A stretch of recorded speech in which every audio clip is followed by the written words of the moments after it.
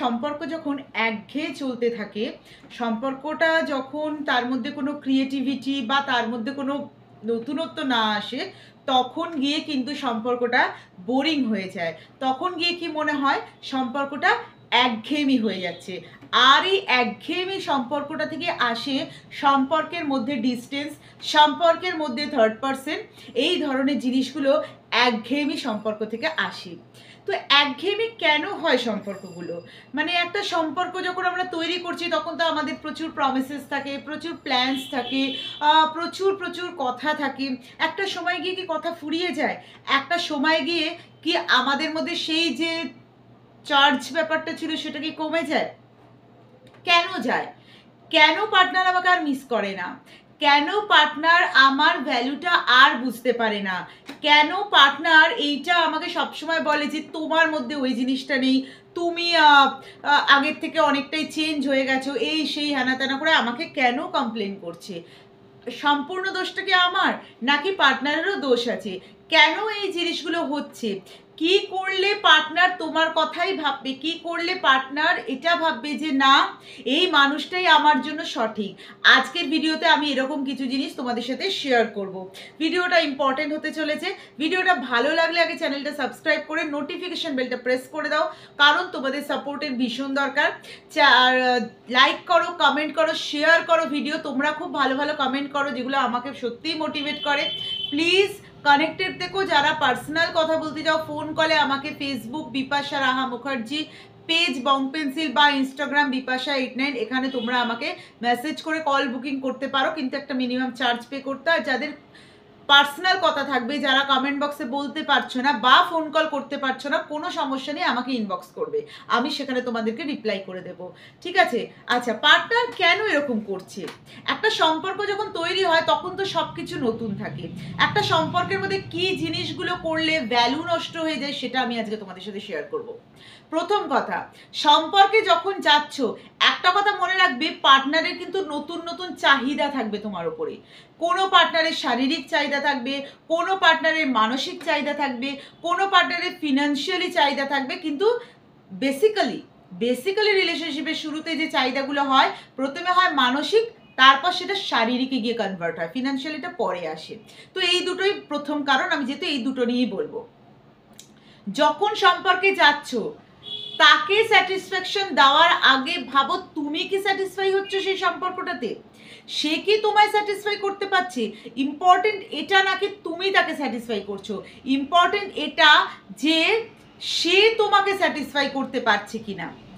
আমি তাকে ভালোবাসি বলে, আমি তাকে পছন্দ করি বলে, আমার মনে তার জন্য জায়গা আছে বলে আমি তাকে ফিজিক্যালি স্যাটিসফাই করছি, আমি তাকে মেন্টালি স্যাটিসফাই করছি। বাট সে কি আমায় স্যাটিসফাই করছে? সে কি আমার ভ্যালুটা আমাকে দিচ্ছে? আমি তার একটা কথায় আমি ধরো আমার সবটা তাকে দিয়ে দিচ্ছি, সে মানসিক হোক, শারীরিক হোক, হোয়াটএভার, ঠিক আছে? কিন্তু সে কি আমাকে সেটা দিচ্ছে? লাইক আমার যে কিছু এক্সপেকটেশনস থাকতে পারে, আমার যে কিছু চাহিদা থাকতে পারে, আমি যে কিছু মানে ফিল করি, সেইটার কি মূল্য সে দিচ্ছে? আগে সেটা কনফার্ম হও, তারপর তাকে দাও। এইটা যদি না করে আগে তাকে দাও, 2 দিন 3 দিন 4 দিনের দিন তোমাকে আর তার ভালো লাগবে না। তাই দেওয়ার আগে ভেবে নাও তুমি কতটা পাচ্ছ। আগে তুমি স্যাটিসফাই হও, দেন তাকে স্যাটিসফাই করো। এটা হচ্ছে প্রথম পয়েন্ট। দ্বিতীয় পয়েন্ট এটাই আসছে যে একটা সম্পর্কের মধ্যে তুমি সব সময় অ্যাভেলেবেল রয়েছো, তুমি ওয়েট করছো সে কখন তোমায় মেসেজ করবে, তুমি ওয়েট করছো সে তোমাকে কখন কল করবে। কেন? তার যদি ফ্যামিলি প্রবলেম বা ফ্যামিলি থাকতে পারে, তার যদি ক্যারিয়ার থাকতে পারে, তার যদি ফ্রেন্ডস থাকতে পারে, হোয়াটএভার সব কিছু থাকতে পারে, তোমার কেন নেই? হ্যাঁ আছে। আমাদের প্রত্যেকেরই আলাদা আলাদা জিনিস থাকে। আমাদের কেউ পড়াশোনা থাকে, কারোর ক্যারিয়ার থাকে, কারোর সংসার থাকে, কিন্তু আমরা কি ভাবি শত ব্যস্ততার মধ্যেও আমি আমার কাছের মানুষের জন্য সময় ঠিক বার করব। একটা মেসেজ করতে এমন কিছু সময় লাগে না, একটা টেক্সট করতে 1 সেকেন্ড সময় লাগে। কিন্তু এই একটা সেকেন্ড কারা বার করতে পারে জানো? তারাই বার করতে পারে যারা সম্পর্কটাকে মন থেকে গুরুত্ব দেয়। তারা পারে না যারা সম্পর্কটাকে মন থেকে গুরুত্ব দেয় না। যতই ফ্যামিলি থাকুক, যতই ক্যারিয়ার থাকুক, যতই পড়াশোনা থাকুক, একটা টেক্সট ঘন্টায় একটা বা আধা ঘন্টায় মোটামুটি একটা করাই যায়।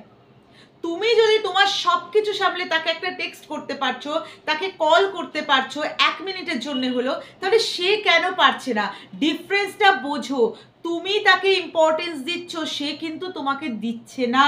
ডিফারেন্সটা এখানে তোমাকে বুঝতে হবে। যেদিন তুমি বুঝতে পারবে সেদিন সে তোমায় পাত্তা দেবে। একদম লিখে নাও, সেদিন তোমায় সে পাত্তা দেবে। ডিফারেন্সটা তোমাকে বুঝতে হবে। আমাকে যতটুকু সে দিচ্ছে আমি তাকে ততটুকুই দেবো। 20% দিলে আমি তাকে 20% দেবো, 100% দিলে আমি তাকে 100% দেবো, 200% দিতে যাব না। এই ডিফারেন্সটা যেদিন তুমি বুঝতে পারবে, পার্টনার তোমায় মিস করতে বাধ্য হবে। আমি প্রথম যে দুটো পয়েন্ট বললাম কিন্তু ভেরি ইম্পর্টেন্ট, ট্রাই করে দেখো, বেটার রেজাল্ট অবশ্যই পাবে। না পেলে আমাকে জানিও। 3 নম্বর হচ্ছে,